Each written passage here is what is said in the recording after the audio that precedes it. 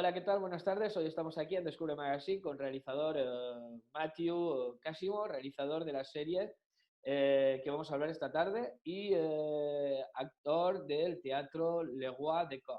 Bonjour Matthew, ça va? Hola, hola, ¿qué tal? Ça va? Ça Moi, va, ça moi, va. merci pour accepter notre invitation aujourd'hui. En fait, on vient te connaître comme réalisateur. On va te découvrir un peu plus. Je sais que tu es déjà connu, mais pour nous, un peu, peut-être, on va dire qu'on ne te connaît pas. Mais on vient pour parler de ta série qui a commencé en Ok. 2017. Ouais. Est-ce que tu peux nous raconter un petit peu sur ton projet de série? Alors, en fait, c'est passé, disons que j'ai eu envie en fait de faire une série, une anthologie en fait. C'était quelque chose qui se faisait beaucoup en fait quand moi j'étais adolescent, enfant, quand on voyait à la télé des séries comme La Quatrième Dimension, comme Les Contes de la Crypte, toutes ces séries-là en fait que moi je regardais à la télé. Et D'accord? j'avais envie en fait de faire une série en fait qui parle de fantastique, de paranormal, parce que je suis passionné de ça. D'accord? Et j'ai eu envie de raconter des petites histoires avec très peu de moyens dans la première saison, parce que j'avais quasiment rien, si ce n'est des amis qui étaient prêts à m'aider pour participer, à tenir la caméra, à jouer dedans, etc. Ok. Donc j'avais envie de faire ça et puis de faire des histoires en fait qui ne se suivent pas, avec, on appelle ça des unitaires en fait, mais un épisode qui a une histoire qui est terminée avec des personnages qu'on ne revoit pas, etc. D'accord? Et du coup, je me suis lancé là-dedans et comme ça a plutôt bien marché, j'ai réussi après tout à faire une saison 2. D'accord. Et on Voilà. peut voir que ça change les époques, ça change les personnages, ça change les Ouais, histoires. On, ouais, exactement, ouais. on C'était le but, ouais. peut, ouais, c'est incroyable parce que dans une même belle série, on peut voyager, on peut dire, on voyage dans les temps et dans l'époque. Il y a un peu de ça, il y a un peu de ça. J'avais envie justement en fait de pas faire quelque chose qui reste uniquement dans un même décor, dans une même époque, effectivement, comme tu dis. Ouais. J'avais envie de toucher un petit peu à tout et toucher des styles différents. Ah oui, et je précise aussi quelque chose, c'est que le but en fait était que chaque épisode soit réalisé par un réalisateur différent. D'accord, ok. Voilà. Et ça évolue que tu as fait combien de capítulos? Combien de quoi? Des capítulos, comment on dit, des capsules, d'épisodes? D'épisodes. J'ai réussi à en faire 4 avec la saison 1 et D'accord. 8 avec la saison 2. D'accord. Ça veut dire on a joué avec aussi 8 réalisateurs différents. Ouais, c'est ça. Ouais. D'accord. Et on peut nommer des réalisateurs qui a été avec toi aussi dans la série? Ouais, bien sûr. Alors en fait, j'ai un ami très proche qui s'appelle Alexandre Descades, qui a D'accord. réalisé, qui est le seul à avoir réalisé un épisode dans la saison 1. Il est revenu dans la saison 2 et dans la saison 2, il y a plusieurs, enfin, d'autres réalisateurs qui sont ajoutés. Donc je peux citer, il y a Maya Outmisgin, qui Mhm. était en fait mon assistante réalisateur sur un des épisodes et elle voulait en fait réaliser un épisode. Je lui ai Mhm. proposé de le réaliser. Il y a une autre personne qui s'appelle Carole Mermou, pardon, que j'ai rencontrée par la suite et qui a voulu aussi elle réaliser un épisode. Mhm. Ainsi que Virgilia Jean Bruno, qui est une amie en fait qui avait déjà réalisé sa propre série et qui Mhm. m'a proposé de la même manière un épisode. Ok, Voilà. d'accord. Et on peut les voir où ces épisodes? Pour les personnes qui ne les Sur connaissent pas. YouTube.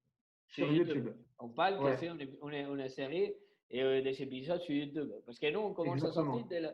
de la distribution conventionnelle de la télé et on se met des plans sur le YouTube. On peut C'est trouver des ça. gens comme toi qui font sa mini-série, ses réalisations.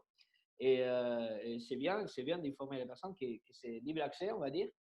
C'est de libre consommation et que c'est une façon aussi de découvrir les personnes comme toi, que c'est des jeunes réalisateurs, qui fait même à côté, vous marchez à deux pieds réalisateur et comédien, et on va parler de Exactement. ça aussi, parce que Exactement. vous êtes depuis 7 ans dans le théâtre, vous faites une œuvre Ouais, qui s'appelle Les Rois du Corps, et exactement. ça c'est pareil, ça c'est notre projet que vous avez eu après les séries. Bah ça, c'est en fait, c'est un projet. C'est-à-dire que j'ai une amie en fait qui s'appelle Chloé de Broca, qui est D'accord. la fille de Philippe de Broca, le grand réalisateur qui est décédé Ouais. maintenant depuis un moment, qui a eu en fait envie de créer un festival de théâtre dans le sud-ouest, donc pas très loin de Bordeaux, Ouais, d'accord. et un festival de théâtre en plein air. Et Ouais. ça, c'était il y a 7 ans, et on a commencé avec quasiment aucun moyen. On a juste fait de la communication dans la région où on était, Mhm. donc dans la région de Bergerac. Mhm. Et petit à petit, en fait, on va dire que la communication s'est faite et que les gens venaient, revenaient chaque soir. On avait des gens qui venaient tous les soirs Ouais, et qui venaient en fait découvrir du théâtre. Que nous, on avait décidé de monter des grands textes classiques, que des grands d'accord. textes classiques, en très peu de temps. C'est-à-dire qu'on monte les spectacles en 2 semaines. Donc Ouais, c'est très intense. ouais. Mais on essaie de faire vraiment bah, on est très très exigeant dans le travail, dans la mise en scène, etc. Et Mhm. voilà, mais ça a commencé à, voilà, à marcher. Avoir Et notoriété dans la région. exactement. Et maintenant, en fait, on est à presque 10 000 spectateurs par année, par édition. Ouais, Donc, c'est incroyable. voilà. Ouais, ouais, c'est Et là, bien, je c'est me bien. prépare donc pour la prochaine édition qui aura lieu en août. Cette fois-ci. Les mois d'août, Ouais, au mois d'août, ouais. il continue à être viable parce qu'en plus, c'est il est open air, on va dire, dans l'air. Exactement, ouais. Ouais, Voilà. ouais, ouais. Il va pouvoir peut-être des situations à tenir en compte comme la distance ou les masques et tout ça, mais Exactement, bah, on en parle beaucoup en fait, ouais. mais oui, oui, on est justement, on est très conscient de ça et on essaie de faire justement de répondre aux normes. Mathieu, est-ce que tu peux nous lancer la date pour le mois d'août? Alors oui, c'est du 11 au 22 août, De 11 à 22 de août à ouais, Bergerac. avec quoi, C'est pardon? Bergerac, c'est la région de Bergerac. Avec Bergerac, exactement, Ouais, c'est à côté de pardon, Bergerac. Bergerac. Des fois, je Ouais. ne prononce pas très bien les noms, mais Bergerac. Excusez-moi. Exactement, dans la région de Bergerac, D'accord. exactement, et à Bergerac aussi, ouais. Et c'est bon qu'on peut trouver déjà l'information du festival sur les réseaux sociaux, sur le site internet. Ouais, on a un site internet, donc théâtre-du-roi-de-cœur.net. On est sur Facebook, on a une page Le Théâtre du Roi de Cœur, D'accord. sur Instagram aussi. Ok. Donc il y a toutes les infos en fait là-dessus, comment s'y rendre, les spectacles, parce que cette année on a 4 spectacles. D'accord. Ok. On a quatre spectacles qu'on crée nous, quoi. Ok. Donc voilà, il y a toutes les infos. Est-ce qu'on peut dire quelques mots des personnes qui vont être présentes? Quelques Qui comédiens qui vont va, être là. À part de vous, il y a euh, des comédiens d'autres, non? bah, oui, alors, comment dire c'est-à-dire que nous, en fait, maintenant, on forme une vraie famille de théâtre. Donc, D'accord. on se connaît maintenant depuis 7 ans. On travaille tous ensemble depuis 7 ans. Ouais. Et puis ouais, on est, comment dire, on est très, très liés, quoi. Dans la vie en tant qu'amis et dans le travail aussi, parce on est très exigeants et on essaie de donner le meilleur de nous-mêmes, en fait, à chaque fois, quoi. C'est, c'est vous dire que votre famille, il est de combien de comédiens? On est 13 en tout. On est 13. 13 comédiens, D'accord. ouais. 13 Et on peut comédiens. avoir le nom de quelqu'un qui fait part de la famille? Bah oui, alors il y a Félix Beauperrin, par exemple, qui est le co-créateur, co-directeur artistique du festival. D'accord, ok. Parfait.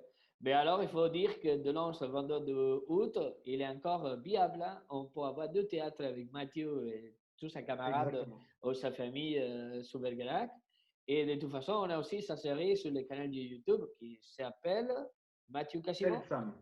Selsam. Ah, c'est ça. OK.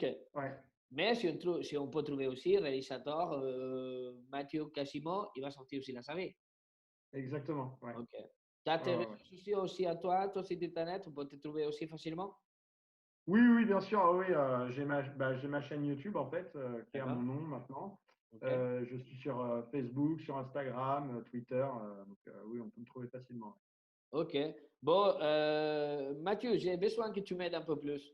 Je sais que tu D'accord. es un gourmand, je sais que tu aimes bien de voyager parce que tu viens de la Bretagne et tu bouges Ouais. beaucoup de fois dans la Dordogne, mais c'est quand même un morceau de temps assez grand. Est-ce que tu peux me conseiller un petit plat qu'il faut manger ici? En Dordogne? En Dordogne, ou un plat que pour toi, les plats préférés, c'est lesquels?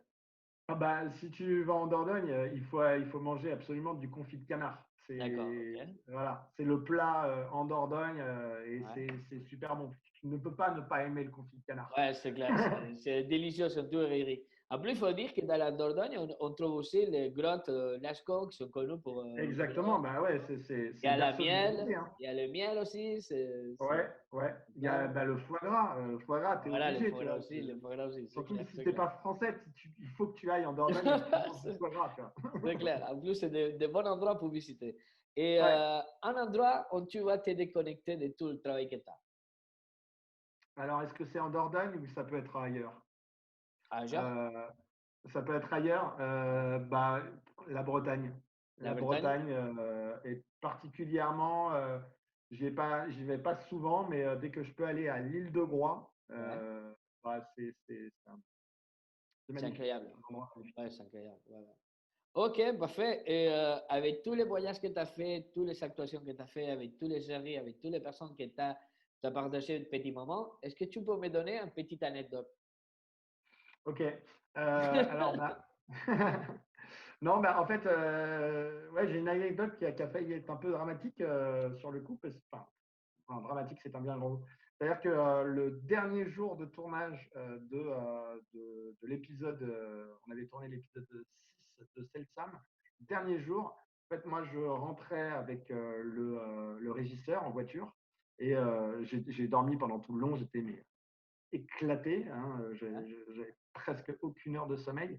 Et j'ai dormi pendant tout le long et je me réveille en fait par un cri. En fait, mon régisseur en fait hurle et je me réveille, je me tourne vers lui et en fait je vois que la voiture en fait avait le pneu de la voiture, le pneu avant avait éclaté, enfin, la roue avant avait éclaté et on ah avait ouais, tout le matériel en fait, une grosse partie du matériel dans la voiture.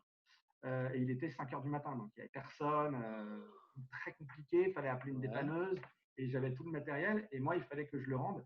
Et je me suis dit, en fait, si jamais la dépanneuse arrive, le matériel, en fait, il y avait enfin, ça coûtait une fortune, quoi, ouais, ouais, c'est clair. je pouvais pas, en fait, on pouvait pas le laisser le matériel comme ça, et on n'était que deux.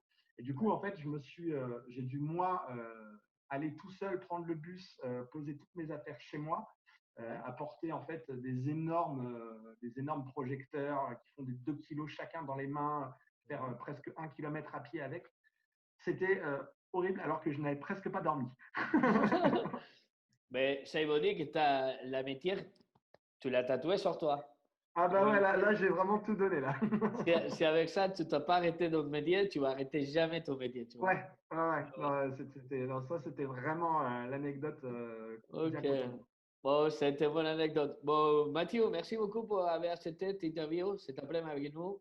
Je vous Mais de rien, remercie. merci Je vous beaucoup. souhaite le meilleur, la création comme réalisateur pour la chaîne YouTube, comme pour le théâtre. J'espère que tout va passer bien le mois d'août. Et si j'ai le temps, pourquoi pas, je vais essayer de passer vous voir. J'ai le plaisir. Ah bah ce sera chouette ça. J'adore ces régions et j'adore aussi le théâtre. Si j'ai le temps, je peux le faire. Je vais passer vous voir, clairement. Ah super, super, ce Ok. serait trop bien. Bon, Mathieu, merci. Je vous dis à bientôt et bonne Ouais, à continuation. bientôt, ouais. À À bientôt. bientôt. Au revoir.